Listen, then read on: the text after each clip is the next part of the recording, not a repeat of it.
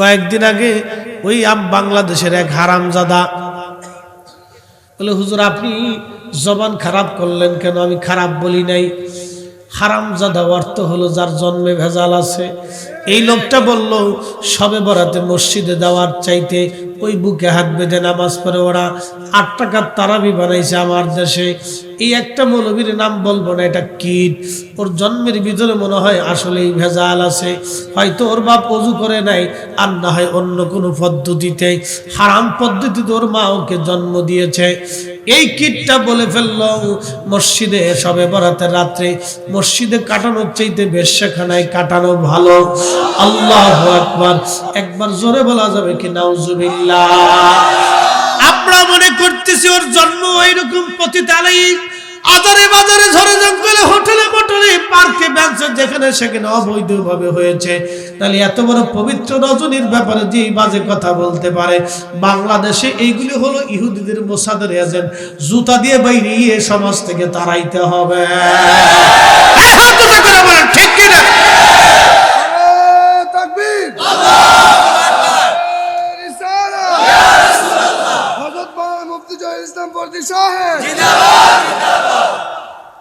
Mossad ইহুদির agent. আপনি খুঁজে দেখবেন, সরকারকে বলেন ওকে ধরে নিয়ে রিমান্ডে নিয়ে কায়দা মতো ফিটাইলেও বলে দিবে, ওকে কায়দা মতো গরম ডিম দিলেও বলে দিবে হ্যাঁ মোসাদের এজেন্ট এটা। এগুলো কীট বাংলাদেশে ঢুকে আমাদের সমাজের ভিতর বিশৃঙ্খলা তৈরি করতেছে। আপনাদেরকে বলি শোনেন, এই মাহফিল বন্ধ করে দেওয়ার জন্য আমাদের দেশের গভীর ষড়যন্ত্র চলতেছে। কেন জানেন? আমি বুঝাচ্ছি। একদল আসবে ওরস বন্ধ করে দাও, ফাতিহা বন্ধ করে দাও, ঈসা আলাইহিস সালাম বন্ধ করে দাও, মিলাদুন নবী বন্ধ করে দাও, এ মাহফিল বন্ধ করে দাও, সুন্নি সম্মেলন বন্ধ করে দাও। এগুলি দিয়ে হবে কি? পীরের দরবারে না গেলে হবে কি? পীর ওলিদের মজলিসে যাওয়া বন্ধ করে দাও, সম্মেলন বন্ধ করে দাও, ইসলামী সংস্কৃতি বন্ধ করে দাও। আপনি যদি এগুলি বন্ধ করে দেন, আমি হাতে ধরে বলতেছি, আমি মাত্র 10 বছর সময় দিব। 10 বছর পরেই দেখবেন বাংলাদেশের যুবতীরা হাফ প্যান্ট পরে রাস্তা দিয়ে হাঁটতেছে। আপনি মাহফিল বন্ধ করেন, ওয়াজ বন্ধ করেন, মিলাদ বন্ধ করেন, মিলাদুন নবী বন্ধ করেন, এই সমস্ত ইসলামিক কালচার বন্ধ করে দেন, ওয়াজ নসিহত বন্ধ করে দেন। আল্লাহি বিল্লাহি তাল্লাহি, আল্লাহর কসম করে বলি, 10 বছর পরে দেশের যুবতীরা রাস্তাঘাটে কাম করবে। কুত্তায় যেমন রাস্তাঘাট চিনে না, ওরকম রাস্তাঘাটে যেখানে সেখানে জানা হবে। কথা বলে ঠিক কিনা?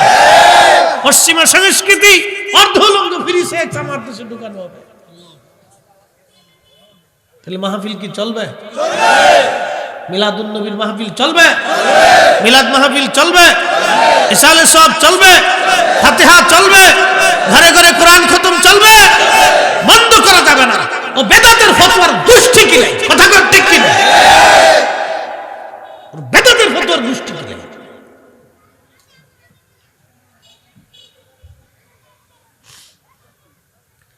প্রিয় মুসলমান শাহরাস্তিবাসী, খুব মনোযোগ দিয়ে কথাগুলি শুনে যাবেন। শক্ত হাতে এখনই যদি শক্ত না হন, প্রতিবাদ করতে যদি না শিখেন, তাহলে সর্বনাশ হয়ে যাবে। আমাদের আগামীর প্রজন্ম অন্ধকারের দিকে নিমজ্জিত হবে। আপনি জানেন না, এখনই তো রাস্তাঘাটে হাঁটাটা বড় মুশকিল। মেয়েরা প্যান্ট পরে, জিন্সের প্যান্ট পরে, কোনটা বেডি না ইজলিয়া না বেডাসি না যায় না। এখনই তো করুন অবস্থা। আপনি কল্পনা করতে পারবেন? শিক্ষার নাম দিয়ে, দীক্ষার নাম দিয়ে, হায়ার এডুকেটেড পার্সনের নাম দিয়ে, ইউনিভার্সিটির নাম দিয়ে বেহায়াপনা চলতেছে। কি এক পাগলের দেশ! আপনি চিন্তা করেন, পাগলের মতো কাঁদতে পারেন। অসুস্থতা আমাদের ভিতর ঢুকে চলে আসতেছে, ধেয়ে চলে আসতেছে। একটা মেয়ে জিন্সের প্যান্ট পরে মোটরসাইকেল চালাচ্ছে, কোনো শরম লজ্জা নেই। আরে কুত্তারও তো শরম লজ্জা আছে।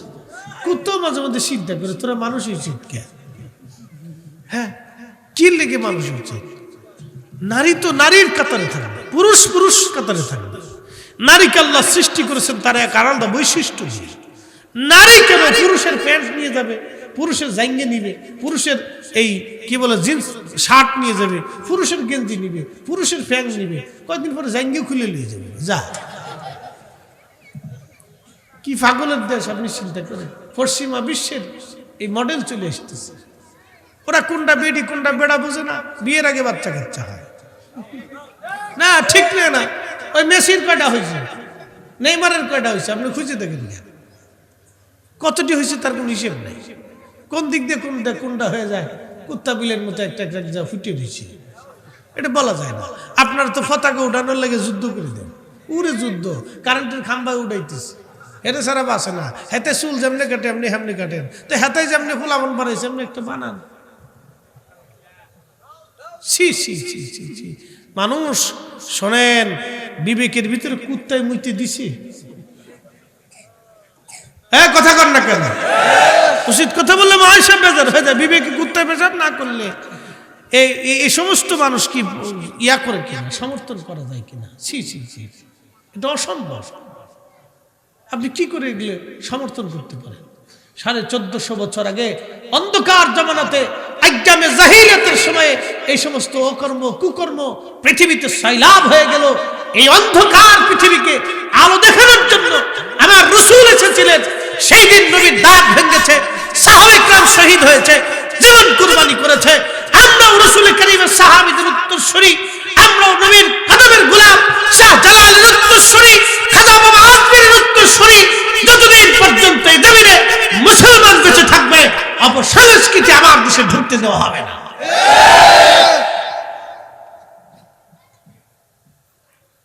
প্রিয় উপস্থিতি, আপনাদেরকে বলতেছি, আইয়ামে জাহিলিয়াতের সেই সময় সিচুয়েশনগুলো আমাদের মধ্যে আসতেছে। সন্তানদেরকে পারিবারিকভাবে শিক্ষা দিবেন, শুধু স্কুল কলেজ ভার্সিটির চিন্তা করে থাকবেন না। পরিবার থেকে শিক্ষা হচ্ছে সবচেয়ে বড় শিক্ষা। মনে রেখে এই কথাটা, প্রত্যেক বস্তু তার মূলের দিকে চলে যায়। পরিবারের শিক্ষা যদি সুন্দর না হয়, সে যত বড় আলেম হোক দেখবেন ইতর হয়ে গেছে। পরিবার থেকে যদি সুন্দর শিক্ষা না হয়, বিসিএস কমপ্লিট করার পরেও দেখবেন সে ঘুষ খাইয়া গরিব মানুষের রক্ত চুষে নিয়ে চলে যেতেছে। কি কথা বিশ্বাস করেন না আপনারা?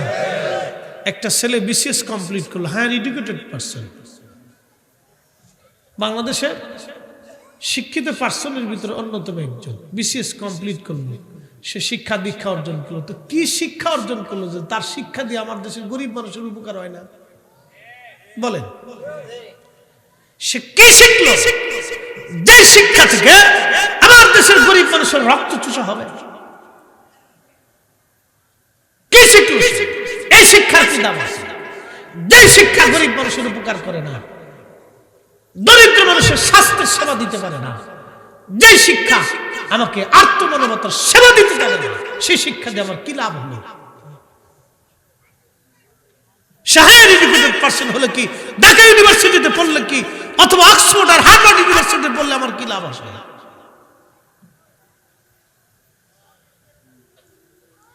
এই জন্য পরিবারের শিক্ষা, ইসলামী শিক্ষার মতো এরকম চমৎকার শিক্ষা পৃথিবীতে আর কিছু হতে পারে না। একটা মা পারে সন্তানকে পরিবর্তন করে দিতে, একটা বাবা পারে, একটা ভাই পারে, বোন পারে, দাদি পারে, নানি পারে, চাচা পারে, ফুফু পারে, খালা পারে, খালু পারে, তারা পরিবার থেকে সন্তানদেরকে ওইভাবে গড়ে তুলতে।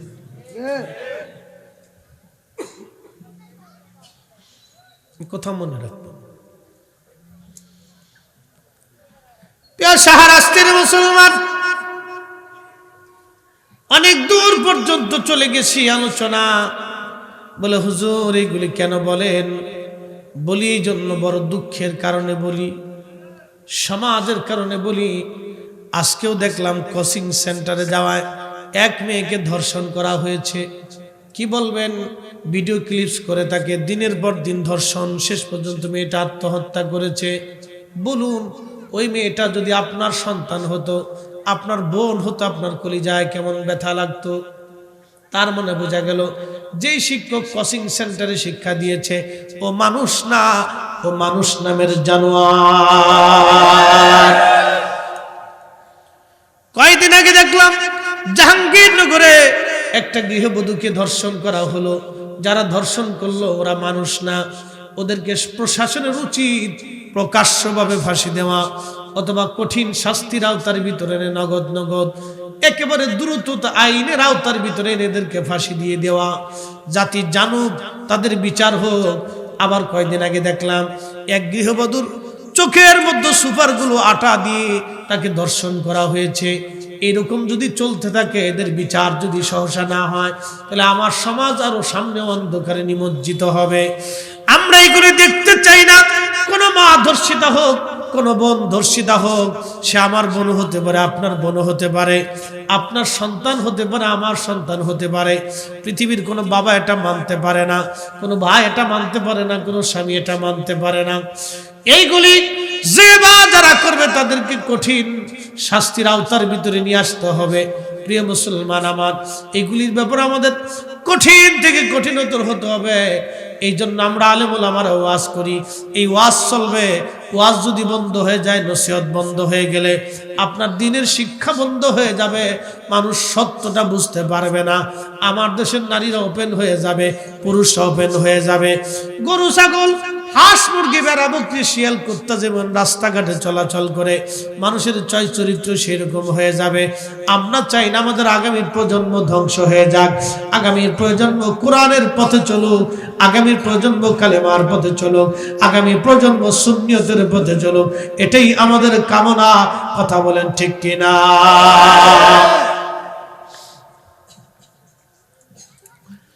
এ মুসলমান সুধী সমাজ, শাহরাস্তিবাসী, আমি সৃষ্টি তত্ত্ব নিয়ে আলোচনা করতেছিলাম। এর অর্থ হলো আমরা অস্তিত্বহীন ছিলাম, ওই মালিকের কাছে আমরা আবার ফিরে চলে যাব। হাজরাতে আদম সফিউল্লাহকে আল্লাহ রাব্বুল আলামিন যখন সৃষ্টি করবেন, আমার আল্লাহ পাক ইরাদা করলেন সমস্ত ফেরেশতা মণ্ডলীদেরকে আল্লাহ ডাক দিয়ে বললেন, ইন্নী ওয়া ইদ ক্বালা রাব্বুকা লিল মালাইকাতি ইন্নী জাইলুন ফিল আরদি খলিফা। আল্লাহ বললেন, হ্যাঁ ফেরেশতারা, আমার হাবিব আপনি স্মরণ করুন সেই দিনের কথাগুলি, যখন আমি আল্লাহ রাব্বুল আলামিন এই সমস্ত ফেরেশতাদের মহাসম্মেলনে আল্লাহ ফেরেশতাদেরকে বললাম, ফেরেশতারা রে, তোমাদেরকে ফেরেশতারা রে, আমি পৃথিবীর মধ্যে ইন্নী জাইলুন ফিল আরদি খলিফা, আমি আল্লাহ আমার নিজের প্রতিনিধি দুনিয়াতে পাঠাবো। আল্লাহ মানব জাতিকে আল্লাহর প্রতিনিধি বানাইলেন। একবার জোরে বলা যাবে কি মারহাবা? আমার দিকে তাকাবেন, খুব গুরুত্বপূর্ণ কথায় বলে এসেছে, আরো গুরুত্বপূর্ণ। খলিফা, প্রতিনিধি। আল্লাহ আমাদেরকে প্রতিনিধি বললেন, জিনদেরকে প্রতিনিধি বলেন নাই, ফেরেশতাদেরকে প্রতিনিধি বলেন নাই। আল্লাহর জমিনে 4 লক্ষ প্রজাতির জীব আছে। বিজ্ঞানের গবেষণায় 4 লক্ষ প্রজাতি, এরও বেশি হইতে পারে এবং তারও বেশি হইতে পারে। কি পরিমাণে আল্লাহর সৃষ্টি জীব পৃথিবীতে আছে, সৃষ্টির মধ্যে আছে, আমাদের জানা নাই। আল্লাহু আকবার। এই সমগ্র সৃষ্টির মধ্যে আল্লাহ মানব জাতিকে তার প্রতিনিধি বানাইলেন, কিন্তু জিনদেরকে প্রতিনিধি বানান নাই, অন্য কোন জাতিকে আল্লাহ প্রতিনিধি বানান নাই, এই মানব জাতিকে আল্লাহ প্রতিনিধি বানাইছেন। এখন বলেন, এই মানব জাতি যে আল্লাহর প্রতিনিধি, এটা কি মসজিদের জুতা চুরি করার জন্য, সুদ খাওয়ার জন্য, ঘুষ খেয়ে মানুষের ক্ষতি করার জন্য? এই যে কি বলবো, আলুর দাম বাড়ে, পেঁয়াজের দাম বাড়ে, রসুনের দাম বাড়ে, তেলের দাম, ডালের দাম, এই হঠাৎ করে সিন্ডিকেটের জন্য বাড়ে। এই মানুষ ঠকানোর জন্য, এই অকাম কুকাম করার জন্য আমার মালিক আমার আল্লাহ মানব জাতিকে খলিফা বলেন নাই। কি কথা বলেন ঠিক কিনা? কিন্তু কোন সৃষ্টিকে আল্লাহ খলিফা বললেন না, এই মানব জাতিকে আল্লাহ খলিফা বললেন। কারণ কি? জিনদেরকে আল্লাহ বানাইলেন, এই জিনদের সাথে আল্লাহর প্রেম হলো না, বানাইছে আল্লাহ প্রেমের কারণে। বলেন, মানুষ বানাইছে আল্লাহ প্রেমের কারণে। প্রেমের ডুরি বান্দরে মদিনার সনে, হাইরে প্রেমের ডুরি বান্দরে মদিনার সনে। আল্লাহ বানাইলেন কত জাতি হইল না তার প্রেম প্রীতি, অবশেষে মানুষ বানায় প্রেমের কারণে। বলেন অবশেষে মানুষ বানায় প্রেমের কারণে। প্রেমের ডোরি বান্দরে মদিনার শনে, হায়রে প্রেমের ডোরি বান্দরে মদিনার শনে। কথা বোঝা যায়? তাহলে মানুষ আল্লাহ বানাইছে প্রেম করার জন্য, চুরি করার লাগিয়া, অকাম করার লাগিয়া, মানুষ ঠকানোর লাগিয়া, সুদ খাওয়ার লাগিয়া, রোজা ছাড়ার লাগিয়া? না না, আল্লাহর প্রেমের জন্য বানাইছে।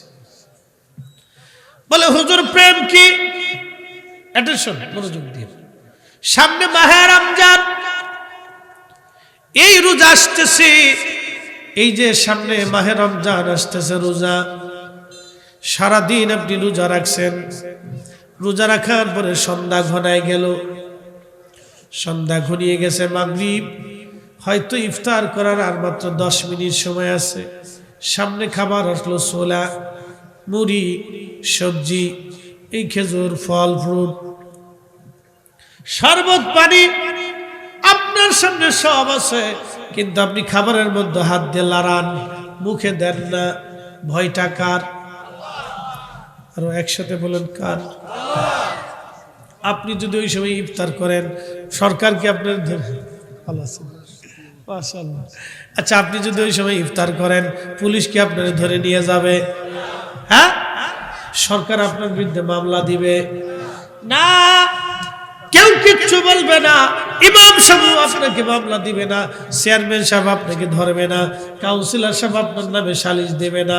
কিন্তু ভয় পাইলেন কাকে? একসাথে একসাথে চলে বলুন, কার? কার ভয়?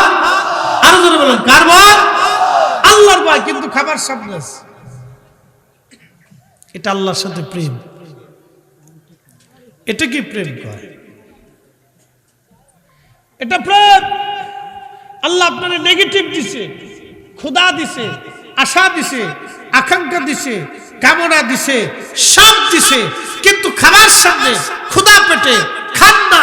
আল্লাহর সাথে প্রেম, মালিকের সাথে প্রেম। মালিক ডাক দেখা, এ ফেরেশতা, বান্দা বানাইতে নিষেধ করছিলি, বেটু দিয়েছিলি, তোরা বলছিলি নাহনু ওয়া নাহনু নুসাব্বিহু বিহামদিকা ওয়া নুকাদ্দিসু লাক। তোমরাই বলি ইবাদত করবে, হামদ করবে, জিকির করবে, ফিকির করবে।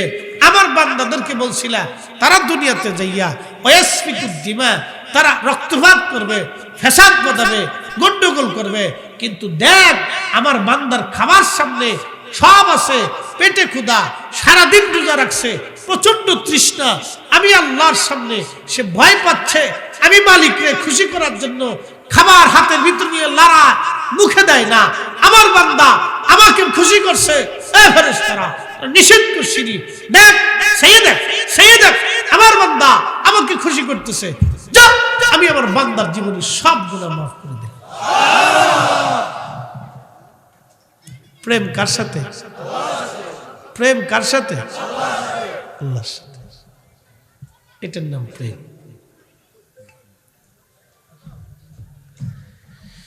আমার দেশে কিছু মুরব্বী দেখবেন একেবারে বৃদ্ধা, একেবারে বুড়া হয়ে গেছে মুরব্বী। এই মুরব্বী দেখবেন কি করে, আপনার একেবারে ঠান্ডা, প্রচন্ড শীত পড়তেছে, এই শীতের মধ্যে কেঁপে কেঁপে ধীরে ধীরে হেঁটে হেঁটে মসজিদে যাইয়া কেঁপে কেঁপে আল্লাহর সেজদা দেয়। আল্লাহ ডাক দেখে, ফেরেশতারা দেখ, আমার বান্দা বৃদ্ধ হয়ে গেছে, আমি তার শক্তি কেড়ে নিয়েছি, তার যৌবন কেড়ে নিয়েছি, চোখের পাওয়ার কেড়ে নিয়েছি, কানের শক্তি কমিয়ে ফেলেছি, স্মৃতি কমিয়ে ফেলে দিয়েছি, পেটের শক্তি কমিয়ে ফেলেছি, বডির শক্তি কমিয়ে ফেলেছি, সব শক্তিকে আমি আল্লাহ চিজ করে নিলাম। কিন্তু আমার বান্দা বৃদ্ধকালে সেজদার মধ্যে পড়ে আছে। ফেরেশতারা রে, দেখ দেখ, তুই আমার বান্দাকে সেজদা করতে নিষেধ করেছিস, তুই আমার বান্দাকে বানাইতে নিষেধ করেছিলি, কিন্তু আমার বান্দা সবকিছু ফেলাইয়া আমার সেজদার মধ্যে পড়ে আছে, যা যা তোরা সাক্ষী থাক, আমি আমার এই বান্দার জীবনের গুনাহ মাফ করে দিয়ে আমি আল্লাহ তারে কবুল করে নিলাম। একবার জোরে বলা যাবে কি মারহাবা? ওরে মানুষ বানাইছে আল্লাহ প্রেমের কারণে, বলেন মানুষ বানাইছে আল্লাহ প্রেমের কারণে। প্রেমের ডরি বান্দরে মদিনার শনে, হায়রে প্রেমের ডরি বান্দরে মদিনার শনে। আল্লাহ বানাইলেন কত জাতি,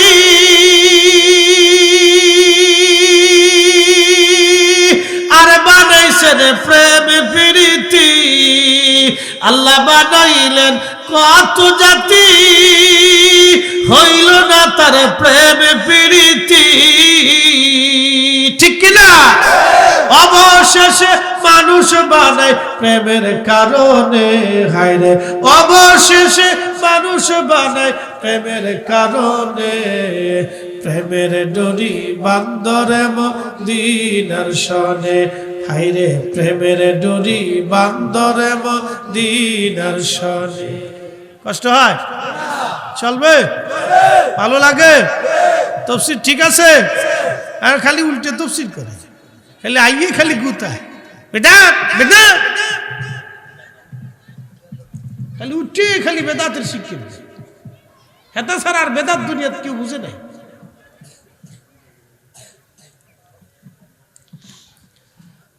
নবীর উম্মত শুনিয়া যান, এই যে মাহফিলে বইছেন, বলবেন হুজুর মাহফিলে বইসে আমরা লাভ হলো কি? আজকে একটা হাদিস শুনেছি, আমরা নিয়ে আল্লাহর বক্তব্যটা একটু শুনে যান। এই মাহফিলে বসলে কি লাভ হয়? আল্লাহর বক্তব্য শুনে। আবু সাঈদ খুদরি রাদিয়াল্লাহু আনহু বলেন, আমি এবং হযরতে মুআবিয়া রাদিয়াল্লাহু আনহু তিনি বলতেছেন, আমি আল্লাহ রাসূলের পাশ দিয়ে আমি যাচ্ছিলাম, নবীজির সাথে যাচ্ছিলাম, ইয়ানি মিনা সাহাবী, রাসূল করিমের সাহাবী, একজন সাহাবা ইকরাম, তারা হালকা করতেছিল, মাহফিল করতেছিল, বৈঠক করতেছিল। ওই বৈঠকের সাহাবীদের মজলিস মাহফিলের পাশ দিয়ে আমি যাচ্ছিলাম আমার রাসূলকে নিয়ে। এমন সময় আল্লাহর নবী জিজ্ঞেস করলেন, মা জালাসনাকুম, সাহাবীরা রে তোমরা কি জন্য বসছো? সাহাবীরা জবাব দিলেন, ইয়া রাসূলুল্লাহ নাদুল্লাহি ওয়া নাহমাদুহু, আমরা আল্লাহর জিকির করতেছি এবং আল্লাহর হামদ আমরা করতেছি। মনোযোগ, নাদুল্লাহ আল্লাহকে ডাকতেছি, ওয়া নাহমাদুহু আল্লাহর গুণ কীর্তন করতেছি। নবী বলেন, কেন করো তোমরা? ইয়া রাসূলুল্লাহ আলা মা হাদানা লিদিনিহি, আল্লাহ আমাদেরকে হেদায়েত দিলেন, এই কোরআন দিয়েছেন এবং হেদায়েত দিয়েছেন, কালেমা দিয়েছেন, ঈমান দিয়েছেন। আমরা আগে গোমরা ছিলাম, আরবের মানুষ আগে গোমরা ছিল, পথভ্রষ্ট ছিল, তারা জেনা করত, অকাম করত, সুদ খাইত, ঘুষ খাইত, দিনে দুপুরে ডাকাতি করত, মারামারি করত, রক্তপাত করত, যুদ্ধ বিগ্রহ করত, অশান্তি করত, এতিমের মাল হক নষ্ট করে খাইতো, গরিবেরটা হক মেরে মেরে খাইতো, জুলুম অত্যাচার করত। আল্লাহ নবীকে সাহাবীরা বলেন, ইয়া রাসূলুল্লাহ আলা মা হাদানা লিদিনিহি, আল্লাহ আমাদেরকে দ্বীন দিয়েছেন, কোরআন দিয়েছেন, হেদায়েত দিয়েছেন, আর একটা নিয়ামত আল্লাহ পাক আমাদেরকে দিয়েছেন। সেই নিয়ামতের নাম হলো ওয়ামান্না আলাইনা বিকা, আপনি নবীকে আমাদের মাঝে আল্লাহ নিয়ামত হিসেবে পাঠাইছেন। এটার নাম ঈদে মিলাদুন নবী। নবীর আগমনে খুশি হইয়া, নবীর আগমনে খুশি হইয়া আপনি নবী নামক মহা নিয়ামত পাইয়া, কুরআনের হেদায়েত পাইয়া, আপনি নবী নামক ওয়ামান্না আলাইনা বিকা, আপনি নবী নামক মহা নিয়ামত পাইয়া আমরা এই মাহফিল সাজাইলাম, এই জলসা সাজাইলাম, এই হালকা সাজাইলাম। একবার জোরে বলবেন না মারহাবা? আজকে মিলাদুন নবীর মাহফিল কি পাইয়া? জোরে জোরে জোরে, এই নাস্তিক বলা যাবে না, জোরে বলেন। তো আমার দেশের মোল্লা খালি বেদাত চোখে দেখে, ওর শহরের ভিতরে ঠাডা পড়ছে, ওর অন্তরে সমস্যা, এগুলোর অন্তরে সমস্যা।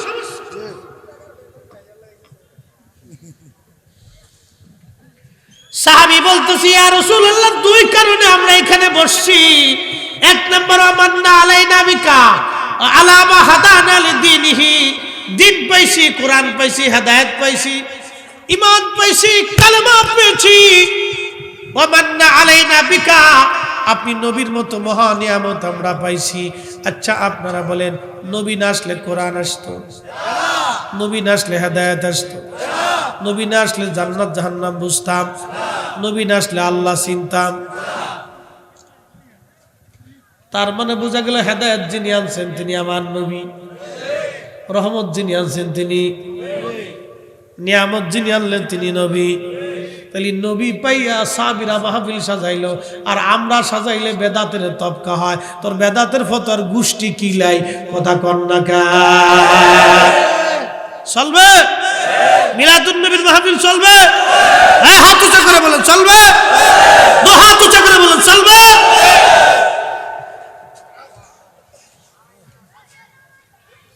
তোমার কাছে হ্যাঁ কি দেবা নাইছে? মাশাআল্লাহ, তো ঠিক আছে। না তাবারক চল, মিলাদুন নবীর মাহফিলে তাবারক খাওয়াবে, খাওয়াইতেই। ও বেদাতের ফতোয়ার গোষ্ঠী কি নেই, ওগুলো দেখার টাইম আমাদের নাই। কি কথা কর না কেন? মানুষে খাওয়াবো না তো খাওয়াবো কি? শয়তানরে খাওয়াবো? মানুষই খাওয়াইতে হবে। খাওয়ানো অনেক বড় নেকের কাজ। আল্লাহু আকবার। খাওয়াবে। মাহফিলগুলিতে কারা আসে? আচ্ছা বলেন তো, এই সাতপুরের যে ব্যক্তি 100 কোটি টাকার মালিক আছে, হ্যাঁ তার ফুলাই মাহফিলে বয়ে আসে? টিয়া পয়সাও দেয় না। এরা টাকা গোড়ায় হলো ওই যে ডিস্কো।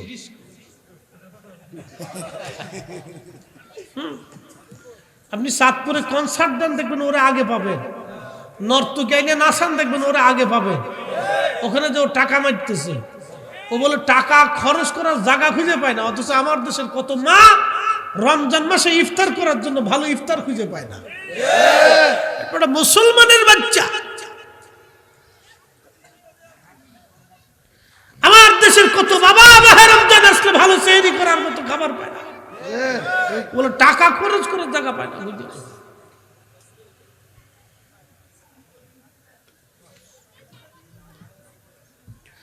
প্রিয় মুসলমান হাজিরিন, খুবই মনোযোগ দিয়ে কথাগুলি শুনে যান। যদিও কথাগুলি শুনতে আমার আপনাদের কাছে ঠিক তো মনে হবে, কিন্তু আমি কথা তো বলতেছি একবারে ডাইরেক্ট। আল্লাহু আকবার। দুনিয়া তো অল্প সময়ের জন্য আমরা সবাই কবরে চলে যাব, থাকার কোনো সুযোগ আমাদের নাই। এমন জীবন করিও গঠন, হাসিবে তুমি কাঁদিবে ভুবন। এমন জীবন করিও গঠন, হাসিবে তুমি কাঁদিবে ভুবন। আপনি আমি যখন দুনিয়াতে আসছি, দাদা খুশি, নানা খুশি, মামা খুশি, পরিবারের সবাই খুশি, গ্রামবাসী খুশি। আপনি তখন কেঁদেছিলেন, আমি কাঁদছিলাম। আহা, আবার আপনি যখন দুনিয়ার থেকে চলে যাবেন, সবাই কাঁদতে হবে, আপনাকে হাসতে হবে। সবাই আপনার জন্য আফসোস করবে, কাঁদবে, আর আপনি হাসবেন। এই জীবনটাই আমাদের দরকার বাবা, এই জীবনটা দরকার। মানুষ মারা যাওয়ার পরে যেন বলতে পারে না ফরিদি সাহেব আল্লাহর পক্ষ থেকে একজন ভালো মানুষ ছিল। এই কথাটা যখন সাক্ষ্য দিবে হাজারে হাজারে মানুষ, আমার মালিক ওই মানুষের সাক্ষ্যের কারণে ফরিদিরে মাফ করে দিবে। আর যদি মানুষ বলে না লোকটা খারাপ নিকৃষ্ট ছিল, আল্লাহ আমার মালিক আমার মাওলা সেটাও একবারে লিখে ফেলবে। এই জন্য মানুষের ইন্তেকালের পরে সাক্ষ্য দেয়। অনেকে বলে না আমরা তারা মাফ করে দিলাম, লোকটা ভালো ছিল। মানুষের সাক্ষীতে আল্লাহ রাব্বুল আলামিন বান্দাকে মাফ করে দিবে, ক্ষমা করে দিবে। এই জন্য আপনারা এমন জীবন করবেন গঠন, আপনি হাসবেন, দুনিয়া কাঁদতে থাকবে। নবীর উম্মত ওরা পয়সা খরচ করার জায়গা খুঁজে পায় না। কত ওই মাহে রমজান আসতেছে, কত মা টাকার অভাবে ভালো ইফতার করতে পারবে না, কত দরিদ্র মা সন্তানকে ভালো খাইতে দিতে পারে না। আমার দেশের এমন কিছু মধ্যবিত্ত ফ্যামিলি আছে যারা বলতেও পারে না, সইতেও পারে না। যে ফুসকা বেছে খায়, আমার দিকে তাকান, আজকে একটা পরিসংখ্যান দিই, ডন্ট মাইন্ড, একটা লোক উঠবেন না, নড়াচড়া করবেন না, শোনেন কথা, আজকে বুঝে যেতে হবে, কথা বুঝতে হবে, খুব মনোযোগ দেন। যে ফুসকা বেছে ওর প্রত্যেক দিন আয় আছে কত?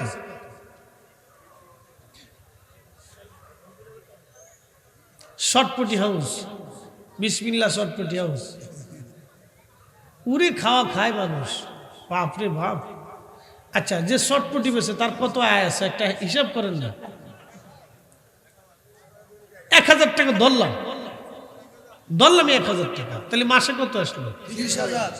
30,000 বাদ দিয়ে আমি 5,000 বাদ দিলাম, তাহলে কত হইল?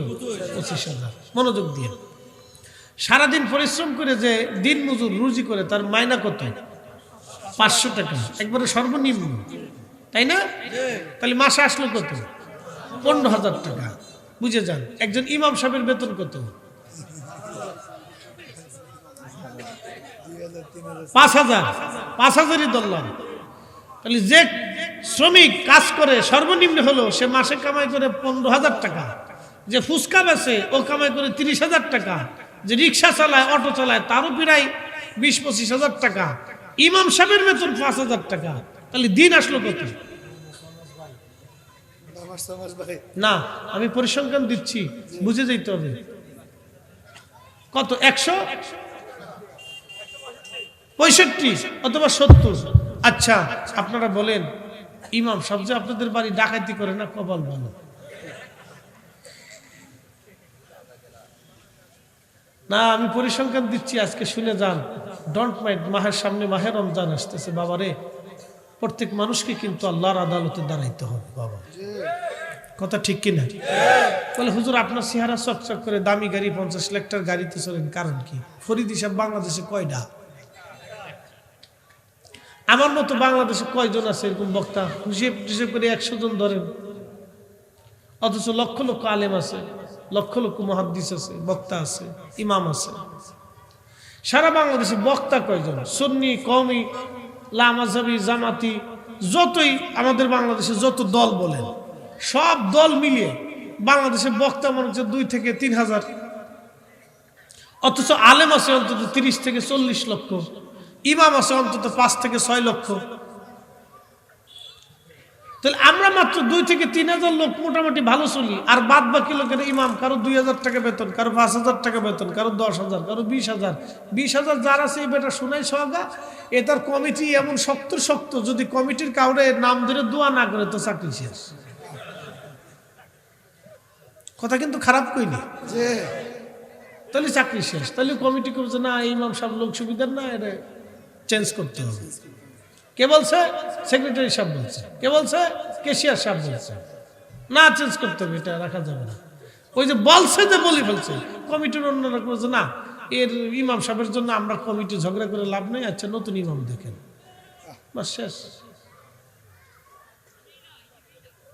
শোনেন, আমি বাস্তবতা থেকে বলতেছি, একজন ইমামের বেতন 5,000 টাকা। এই 5,000 টাকা একজন মানুষের জীবনে কি হয়? তার স্ত্রী আছে, সন্তান আছে, তাদেরও তো শখ আছে, ভালো কিছু খাইতে মন চায়, ভালো কিছু পড়তে মন চায়, তার স্ত্রীর তো কিছু স্বামীর কাছ থেকে কিছু আশা আকাঙ্ক্ষা থাকে। এখন আপনারা প্রশ্ন করবেন, ফরিদি হুজুর দোষ কার? কপালের না শয়তানের না মসজিদ কমিটির না মুসল্লি? কার দোষ? এবার পরিসংখ্যান আসে। একটা বিড়ির দাম কত? 5 টাকাটাই ধরলাম, এটা খয়রাতি বিড়ি বর্তমানে আর কি, নাকি খয়রাতি বিড়ি 5 টাকা ধরলাম। একটা বিড়ির দাম 5 টাকা। একজন প্রত্যেক দিন কয়টা বিড়ি খায়? 1 প্যাকেট ধরলাম। 1 প্যাকেটে কয়টা থাকে? 10টা থাকে। তো 10টা বিড়ির দাম কত? মাসে গেল কত? 1500 টাকা। সে বিড়ির পিছনে, চার পিছনে 1500-2000 টাকা মাসে খরচা করে। এরা যদি বলেন ভাই রে, মসজিদের খরচা বাবদ, ইমাম সাহেবের বেতন বাবদ 500 টাকা দেন, 6 মাস ঘুরাইতে ঘুরাইতে কেশিয়ারের জুতা শেষ। কথা কন না, কেউ জোরে বলে। তাহলে আমি কমিটির দোষ দেব না, দোষ হলো মুসল্লির। দোষ কার? মুসল্লি।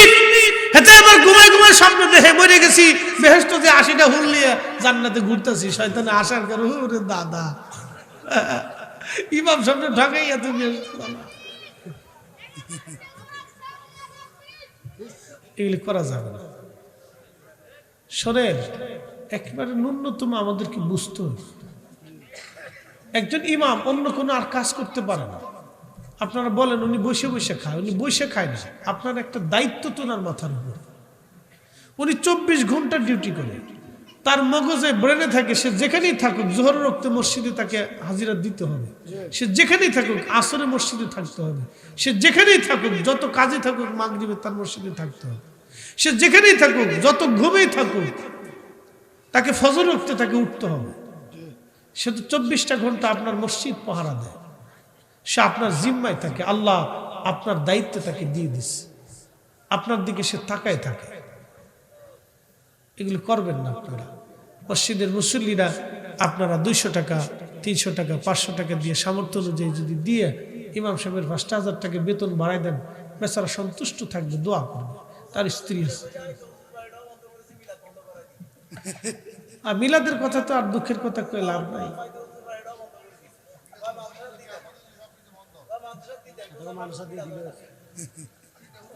মিলাদ দোয়া সব বন্ধ করে দিচ্ছে। দোষ তো আমাদের কার দেব, কপালেরও জুতা দিয়ে ফিটে দিব, সারা উপায় নাই। সারপ্রাইজ দিয়ে সমস্যা, কপালের দোষ এছাড়া কি কইতাম, কি কমো আর দুঃখের কথা। আহা বলে লাভ নেই।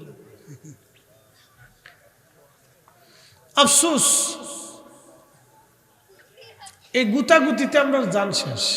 এই সেই যুক্তিবাদী সাহেবের একটা গল্প শুনছিলাম, ও আছে 2 ব্রাহ্মণে গেছে একবারই খাইতে, ভক্তর বাড়ি খাইতে গেছে। ভক্তরা তো আমাদেরকে খুব মোহাব্বত করে, সব ধর্মেরই ধর্মগুরু যারা আছে ধার্মিকরা সবসময় তাদেরকে সম্মান করে, যেমন আপনারা আমাদেরকে করেন।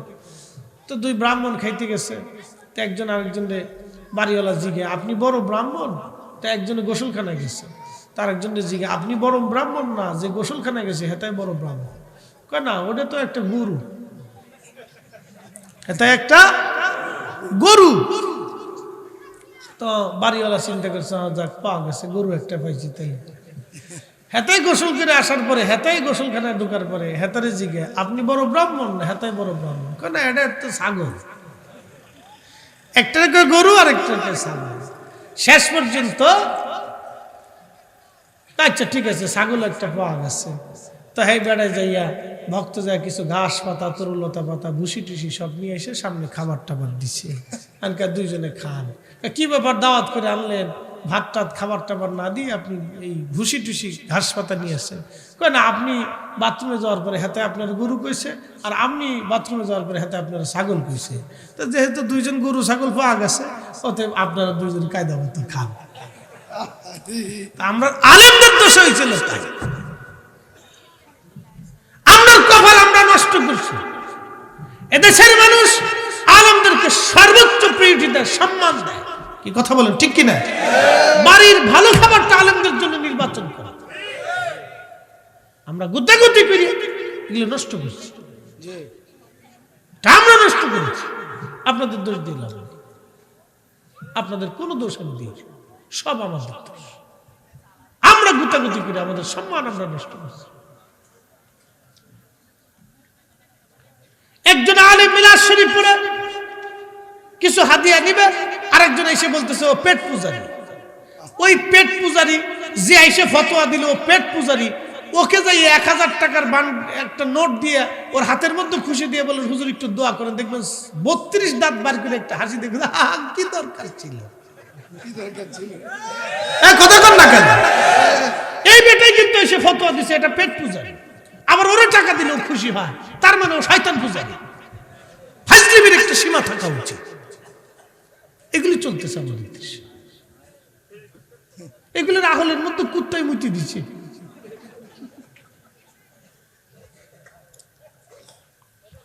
এমনি আমাদের দেশের আলেম একটা ইমামের বেতন 5,000 টাকা। 5,000 টাকা সে কি করবে? সে তো কোনো দোকানদারি করে না, ব্যবসা করতে পারে না, তার আর অন্য কোনো তো কাজ নাই। সে কি করবে? মসজিদ পাহারা দেয়। সে মুসল্লির দিক তাকায় থাকে, মুসল্লি একটু দোয়া করা, একটু কোরআন খতম দেওয়া, এই দোয়া খায় করে কিছু পয়সা করে সে হাতে যদি পায় তো পাইতে পারে, অসুবিধা কি? একটা লোকের হাদিয়া দিয়েও তো সুন্নত বাবা। আপনি দোয়া করায় দেন বা না দেন, যে কোনো মুহূর্তে আপনি তার হাদিয়া দেওয়াটাও তো সুন্নাত। দিতে পারেন না, অসুবিধা কি? এইটার আপনি ফতোয় গুতাই মারছে, শয়তান কোথাকার। ফাজলিমির একটা সীমা থাকা উচিত। মানুষের রিজিকে হাত দেয় সবসময়, সম্মানে হাত দিচ্ছে।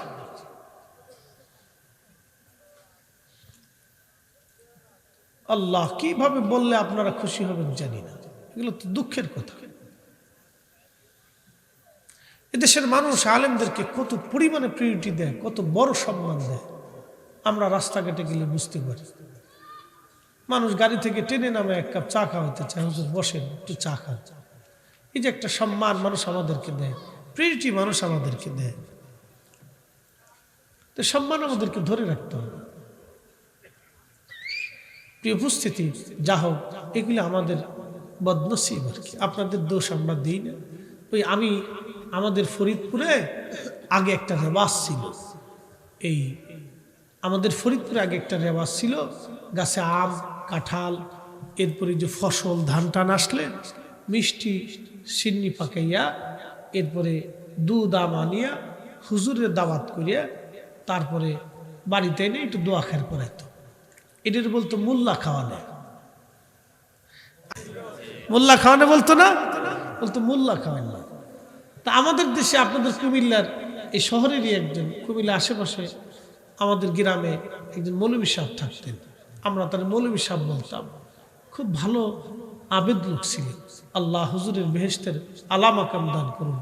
আমাকে কোরআন শরীফ শিখিয়েছেন তিনি, আমার আব্বারও শিখিয়েছেন। খুব ভালো কাট্টা সুন্নি একজন আলেম ছিলেন। যাই হোক, খুব আপনার আবেদ লোক ছিলেন।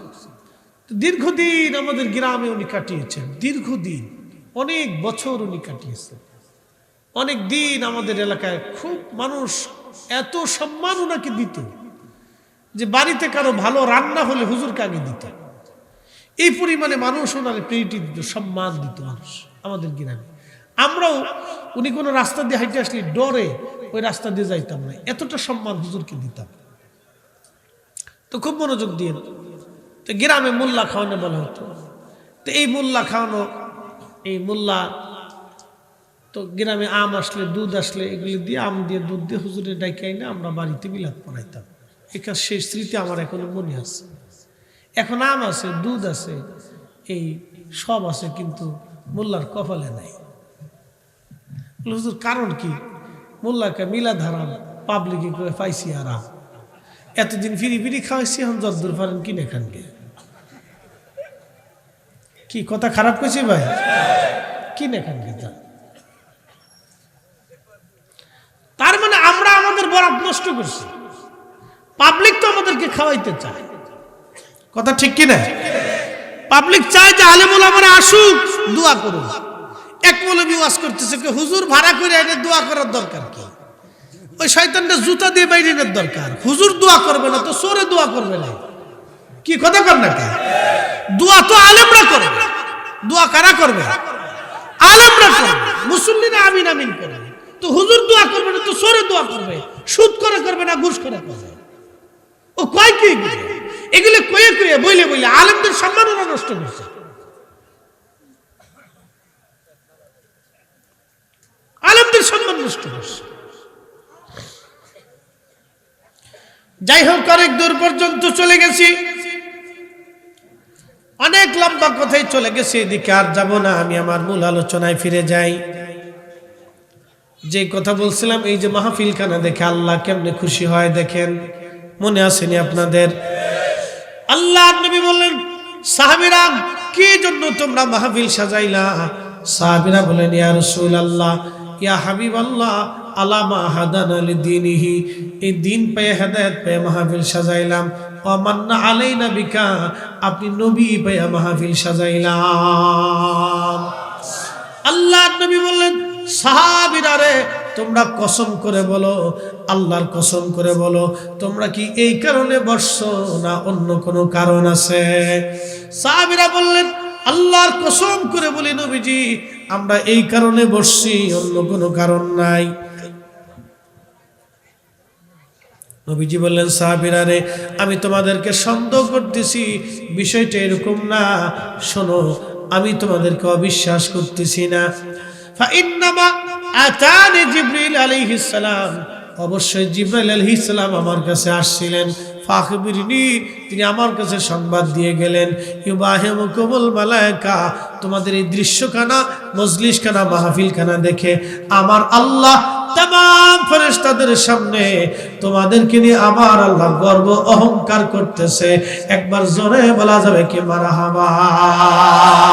চিৎকার মেরে বলে আল্লাহু আকবার, নারে তাকবীর, নারে রিসালাত। মিলাদুন নবী যেখানে, মিলাদ মাহফিল যেখানে, তাহলে মাহফিল দেখে খুশি হয় কে? অহংকার করে কে? না না, মাহফিল দেখে খুশি হয় আল্লাহ, অহংকার করে আল্লাহ, বেজার হয় শয়তান। বেজার হয় কে? খুশি হয় কে? তাহলে মাহফিল চলবে, মাহফিলে বসবো, মাহফিল করব, তাহলে মিলাদুন নবীর মাহফিল চলবে, দোয়া খায়ের চলবে, ফাতিহা চলবে, ইসালে সব চলবে, কোরআন খতম চলবে। বেদাতের ফতোয়ার গোষ্ঠী কি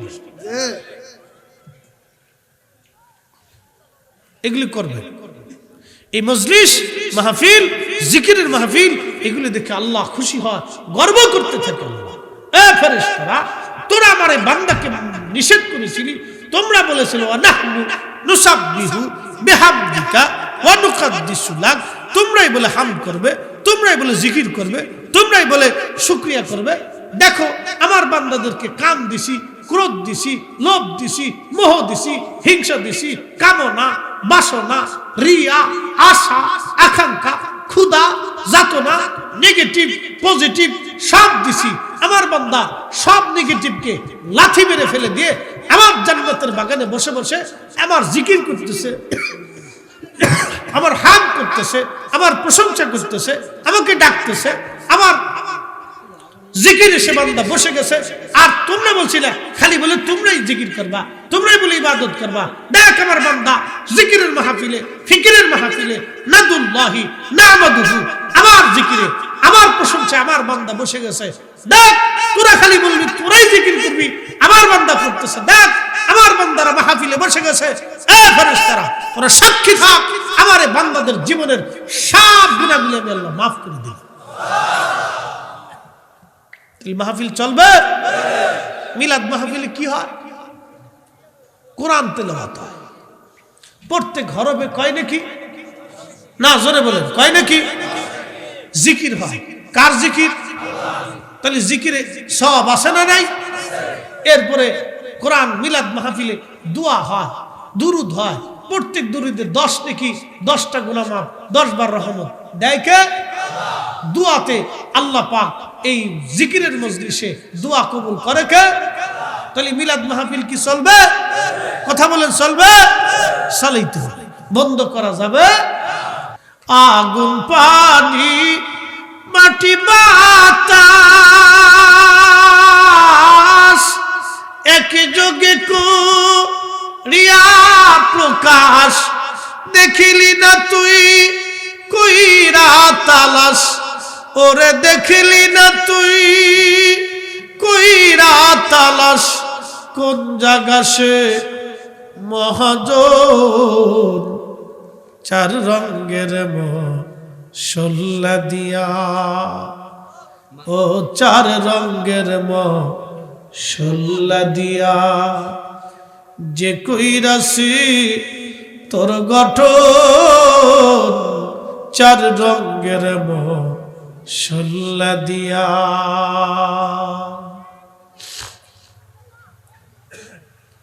শাস্তির মুসলমান, আগুন, পানি, মাটি, বাতাস, আমার আল্লাহ 4টা পদার্থ দিয়ে মানুষ বানাইলেন। মানব শরীরের প্রথম অংশ মাটি, এরপরে পানি, এরপরে বাতাস। খাঁচার ভিতর চিন পাখি কেমনে আসে যায়। এরপরে আগুন, প্রচন্ড শীত পড়ল, বাঁশ ঠান্ডা হয়ে গেল, মাটি ঠান্ডা হলো, কাঠ ঠান্ডা হলো, ঘর ঠান্ডা হলো, কিন্তু আপনার শরীর ঠান্ডা হলো না। আপনার শরীরের ভিতরে অদৃশ্যভাবে যিনি গরম করে রাখলেন, একবার বলেন তো সেই মালিকের নাম কি? আগুন, বাতাস, পানি, মাটি, এই চারটা বস্তু দিয়ে আল্লাহ বডি বানাইলেন, কিন্তু ইঞ্জিন বানাইলেন কি দিয়া? আসল ইঞ্জিন যে নাস্তিকরা বলে, নাস্তিকদের কথা হলো যে খোদা দেখি না সেই খোদা মানি না। যুক্তি তাদের একবারে খারাপ না, যুক্তি তারা জটিল যুক্তি দেয়। এই যুক্তির উত্তর না পাইয়া আমাদের দেশের অনেক যুবকরা পথভ্রষ্ট হয়েছে। তাদের কথা যেই খোদা দেখি না সেই খোদা মানি না। নাস্তিকরে বলবেন, নাস্তিক আগে বলো তুমি তোমার নিজেকে দেখছো কিনা? আপনাদের সামনে যে ফরিদি ভাষা, সামনের উপরে যে বডি, এটা একটা কায়া, একটা বেসিস, স্ট্রাকচার সুন্দর করে আল্লাহ বানায় বলে, লাকাদ খালাকনাল ইনসানা ফি আহসানি তাকবীর।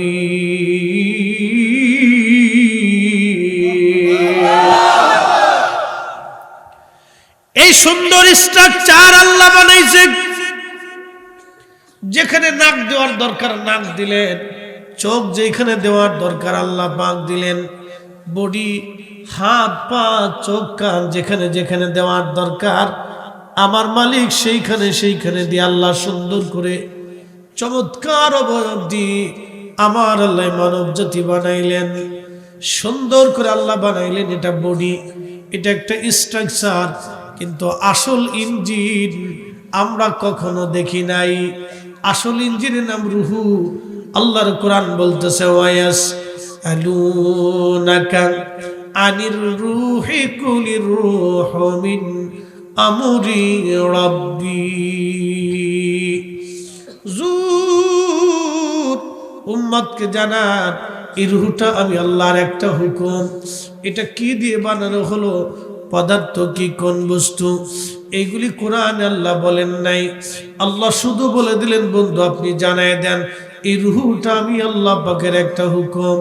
যখন হুকুম আসছে তখন দুনিয়াতে মায়ের পেটের ভিতরে দিয়ে দিল।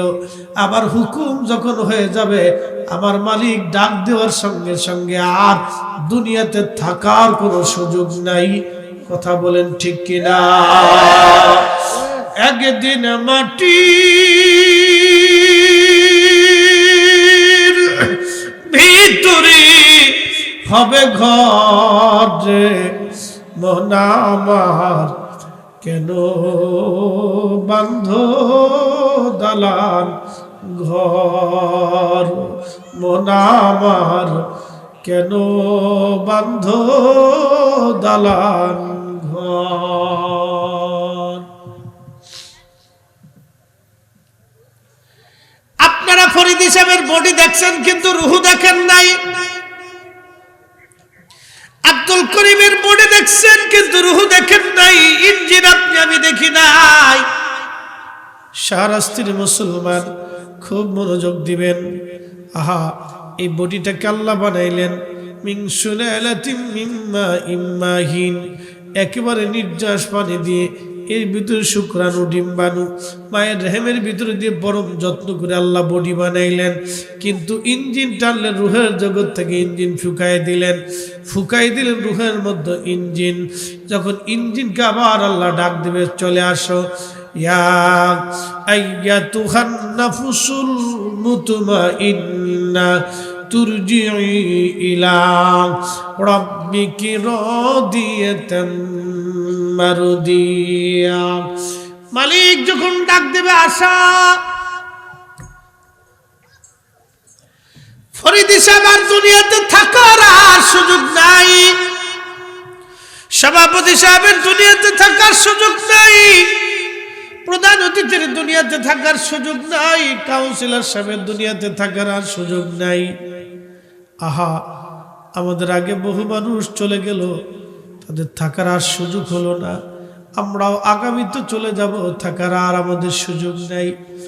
যিনি চলে গেলেন তিনি তো চলে গেলেন, কিন্তু কোন রাস্তা দিয়ে তাকে নেওয়া হলো আজও পর্যন্ত বিজ্ঞান আবিষ্কার করতে পারে নাই। খাঁচার ভিতর চিন পাখি কেমনে আসে যায়।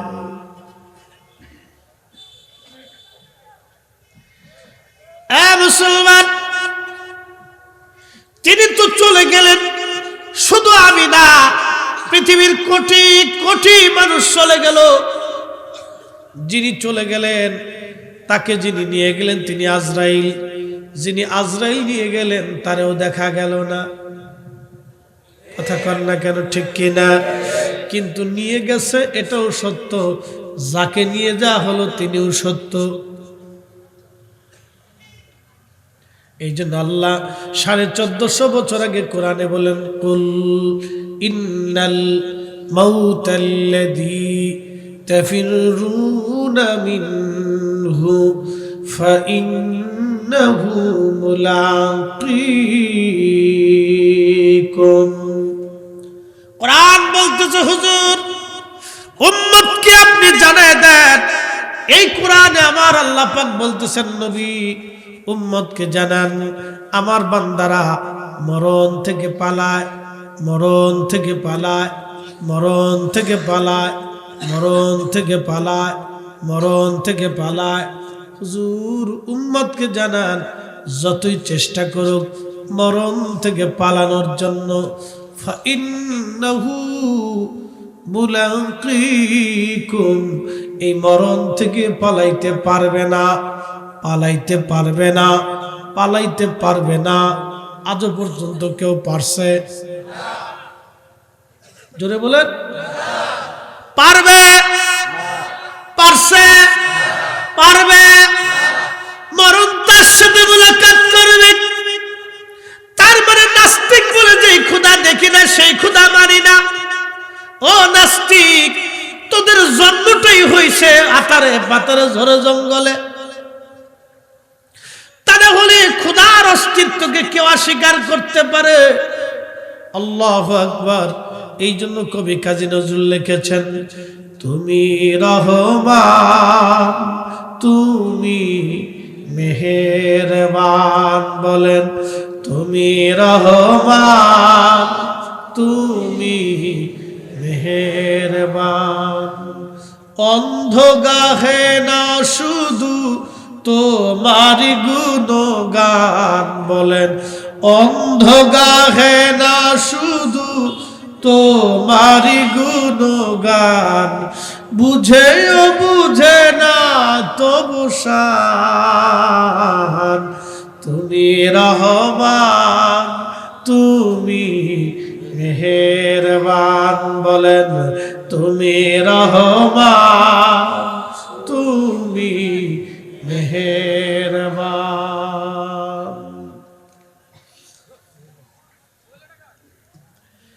1450 বছর আগে কোরআন বলল, হুজুর উম্মতকে বলেন, মরণ থেকে যতই পালান মরণ থেকে পালাইতে পারবে না। মৃত্যু থেকে পালানোর কোনো রাস্তা নাই, মরণ থেকে পালানোর কোনো সুযোগ নাই। আজও পর্যন্ত কেউ পারে নাই, আর আগামীতেও কেউ পারবে না। তার মানে যাকে নিয়ে গেল তিনিও সত্য, যিনি নিয়ে গেলেন আজরাইল তিনিও সত্য, যার কাছে নিয়ে গেলেন তিনি কে? ইন্না লিল্লাহি ওয়া ইন্না ইলাইহি রাজিউন। নিশ্চয় আল্লাহর জন্য। জোরে বলেন কে? না না, একসাথে জোরে বলেন কে? ওয়া ইন্না ইলাইহি রাজিউন। আমরা ফিরে যাব কার কাছে? আরো জোরে বলেন কার কাছে? আমরা ফিরে যাব আল্লাহর কাছে। আবার আল্লাহ বলেন, সুম্মা তুরাদ্দুন তুরদুনা ইলা আলিমিল গায়বি ওয়াশ শাহাদাত। তুমি আমি মালিকের কাছে ফিরে আসবা। তুমি গোপনে যা করছো আমি তাও দেখাবো, তুমি ওপেনে যা করছো আমি আল্লাহ তাও দেখাবো, মনে মনে কি নিয়ত করছো আমি আল্লাহ তাও দেখাবো, তুমি প্রকাশ্যে যে গুনাহ করছো আমি আল্লাহ তাও দেখাবো। ফায়ুনাব্বিউকুম বিমা কুনতুম তা'মালুন।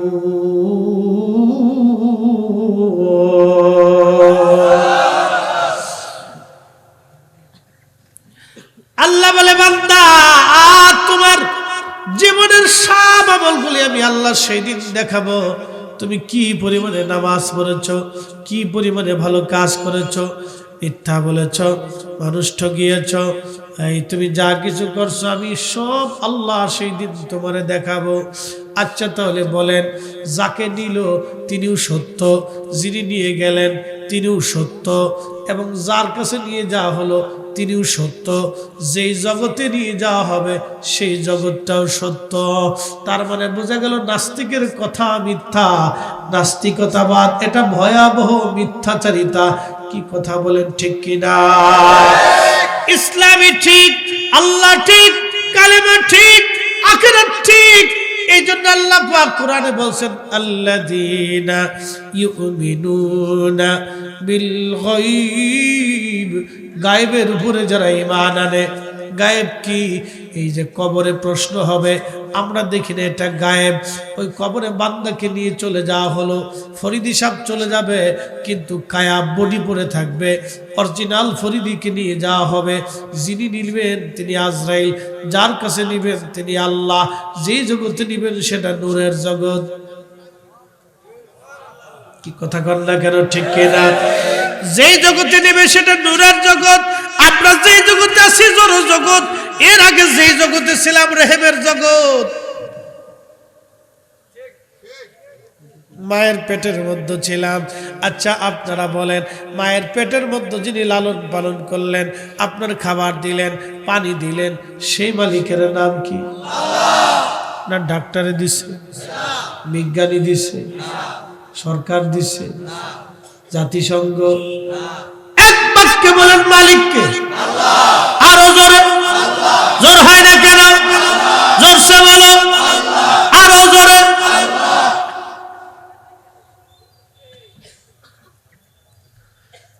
বুঝে যাবেন আমি কোরআনের একটা আয়াতের তাফসীর ধরেছি।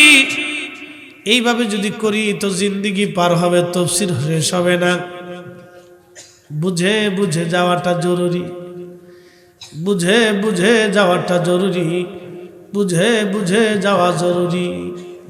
ও বান্দা, মাঝে মধ্যে মানুষ হুঁশ হারায় ফেলে আত্মগরিমাতে, অহংকারে, পয়সার কারণে। এই জন্য বাবারে আগের যুগের ওলি যারা ছিলেন, দুনিয়া বিরাগী হইয়া আল্লাহর খুশি করার জন্য, রাজি করার জন্য দুনিয়াকে লাথি মেরে দিয়ে আল্লাহর জিকিরে ফিকিরে ইবাদতে দিন কাটাইয়া কবরে চলে গেছে। বন্ধুরে, ওই অলিদের বিরুদ্ধাচরণ তোমরা যারা করো, তোমাদের মতো কপাল পোড়া জাতি দুনিয়াতে আর একটাও না।